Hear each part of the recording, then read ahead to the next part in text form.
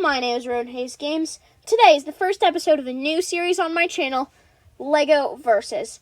Every time a new wave of sets is released in one of the 5 main branded themes, Harry Potter, Minecraft, Star Wars, Sonic, or Mario, I will make 5 episodes, each of them comparing all of the 2024 and 2025 sets from that theme in certain price ranges. Those are $20, $50, $100, $150, $200, and unlimited.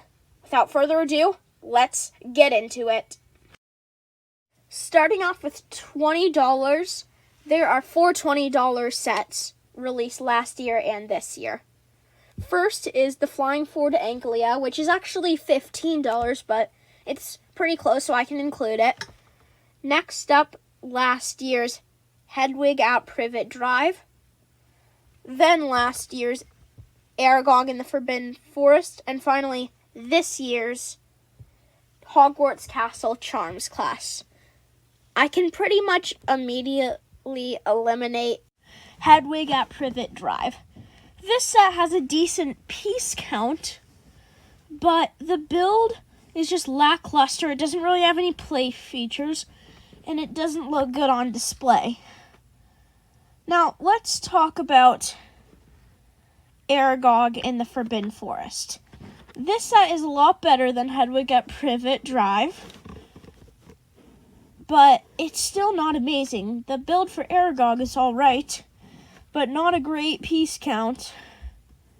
Well, it's pretty standard, but for what the set is, it doesn't really have a great piece count. Aragog, again, the design is okay, but overall the set isn't my favorite.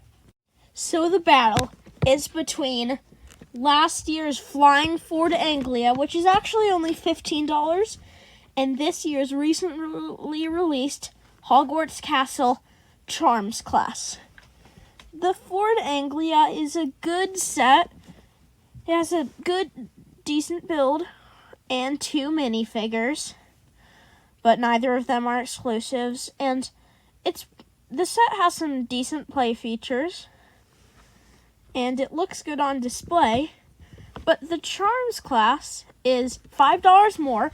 It has 4 good builds, 3 minifigures, one of which is exclusive, which is Flitwick, and overall, this is just an amazing set, and I definitely think that the Hogwarts Castle Charms class is the best $20 LEGO Harry Potter set from last year or this year. Next up, for $50, there are again 4 sets. Technically, there weren't any for 2024, but there was the Owlery, which was $45, so I'm going to count it. But first, let's talk about Harry and Hagrid's motorbike ride. I like this set a lot more than most people, but I still don't like it. I feel like it gets too much hate, but it's not generally good. I mean, the design is kind of cool, but it's a bit overpriced for a blocky thing. Like, it looks like just brick heads and a little build, which should go for like $30, not $50. And this set, it's just not amazing. So, yeah, it's not the best. Next, the Herbology Greenhouse. This set, I honestly really just don't like it. It's $50, but it has very low pieces for that price, and it's overall, I think you'd be better off buying the Charms class set than this. And that's never a good sign when you're looking at a $50 set when a $20 set is actually better. So, yeah, Greenhouse is also getting cut. So it's between the Owlery and the Night Bus. The Owlery is a great set on paper, but it's $45 when it only has around 350 pieces. And so it's overpriced, and it's a good build, but just think about it, the Night Bus has so many awesome features. Great minifigures, a great design, great play features, great everything. The Night Bus is just a great set for $50, and I think it's definitely deserving of best $50 Lego Harry Potter set from 2024 or 2025. Next, for $100, there are only 3. Last year's Talking Sorting Hat and this year's Hogwarts Express Book Nook and Ice Cream Parlor and Quality Quidditch Supplies. Some of you may ask about the Madame Malkin Robe Shop in Ollivanders from last year and the Privet Drive Aunt March's visit from this year, both being $90. And that's pretty close to $100. But overall, I feel like those sets don't have enough pieces to justify the $90, and I would not recommend them. But getting into these 3, the Sorting Hat can immediately be rolled out because, again, not a great price to piece, and also it's just a display model, and Lego Harry Potter should have play features. It's like a kid's theme, and I'm just not a huge fan of the Sorting Hat. So is the Hogwarts Express Book Nook or the Ice Cream Parlor and Quality Quidditch Supplies better? The Quality Quidditch Supplies and Ice Cream Parlor is a really nice set and has a lot of details and 5 exclusive minifigures, which is really, really cool. And there's just a lot in this set. But the Hogwarts Express Book Nook, I adore it. I mean, the little mini style is just so nice, has a good piece count. And when you actually put the books in between the 2 parts, it looks amazing. Like, just imagine having all 7 Harry Potter books in between the 2 sections. That would just be awesome. And even without books in the middle, this set is still amazing, and I definitely think it's the better of the 2. Next up, for $150, there are only 2. Last year's Triwizard Tournament The Arrival, which is actually $140, but I'm counting it, and this year's Malfoy Manor. Now, the obvious choice, it seems, is that Malfoy Manor is better. From the exterior, it looks great, but the interior design is just not amazing. It has good minifigures, but the minifigures are just a complement to the build. The build is what people care about, and the build of Malfoy Manor isn't the best. The Triwizard Tournament Arrival set, on the other hand, it has some awesome builds. The ship, of course, the highlight, is amazing. So is the carriage, even though it's a lot smaller. And the 5 minifigures in the set are great. And they're some of the best designs. Even though the minifigures aren't the selling point for a set, they do a really good job complementing it.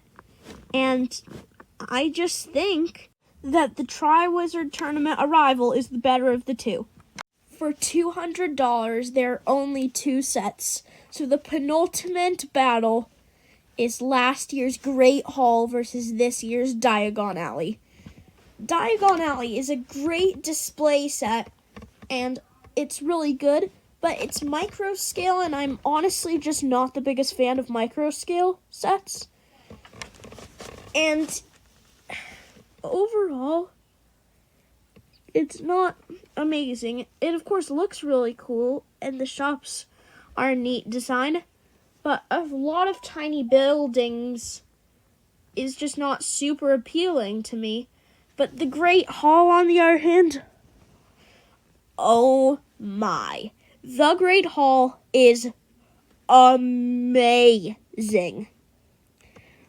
It has so many minifigures. It has an amazing build and so many awesome details. It's not even a contest. The Great Hall is the better set. Time for the final match. Last year's Burrow Collector's Edition versus this year's Hogwarts Castle the main tower. These sets are both $260. Well, the main tower is a real wild card because it's an awesome set, and the Hogwarts sets are just the best, but it's $260 but has 2,100 pieces. But I honestly feel like I'm able to forgive that because of how awesome the set itself is. The Burrow Collector's Edition was about the craziest and coolest thing I could imagine until I figured out about the main tower, which of course released earlier today. The Burrow Collector's Edition is just so cool, and it has all of the Weasleys plus Harry, which is pretty neat, and the build overall is really good. But with the main tower, you can build out and play and make the entire last scene from Philosopher's Stone. I know in the US it's Sorcerers, and I am in the US, but Philosophers was the original title and it's better. So it's really equal with this. Like, both of them are so good. But I have to look at both of them in a few different categories to determine the best one. First of all, minifigures. You get all of the Weasleys and Harry in the Burrow Collector's Edition, and with some pretty good models. But in the main tower, you get Quirrell, you get Harry, Ron, Hermione, Neville. You get a lot of cool minifigures, but the Burrow Collector's Edition does have all of the Weasleys, so it's got to get this point. For overall design, I definitely have to go with the main tower. The Burrow's Collector's Edition is really cool, but the main tower, it just looks so awesome. So awesome. So it's even. The tiebreaker is playability.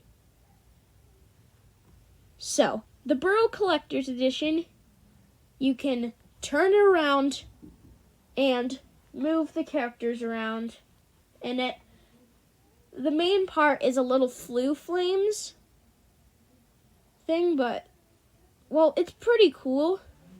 But in the main tower, as I said, you can act out the entire last scene of Philosopher's Stone. And it just has so many cool things that I honestly gotta give the win to the main tower. But now, with all of these awesome sets, you gotta wonder which one is the best. So, let's compare them. So, out of these 6 sets, which is the best? All of them have their upsides and their downsides. The Charms class has the nice addition of just being a good, cheap set, but it can't hold up against some of the bigger, more expensive sets. The Night Bus is great if you want just a nice play set, but again, it can't hold up to some of the bigger sets. Then the Hogwarts Express Book Nook is awesome, and I would totally recommend getting it. And it's just such a good set. The Triwizard Tournament Arrival is very great, but I'm not sure if it's actually as good as the Book Nook. Next, of course, is the Great Hall, which is absolutely amazing.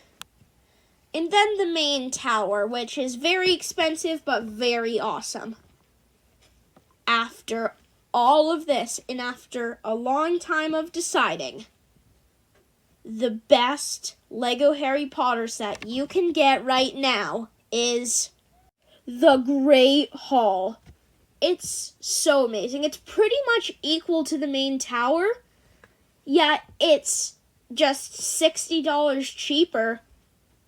And it's just such an amazing set, and I would absolutely recommend it. Now you'll never have to ask, what Lego Harry Potter set should I buy?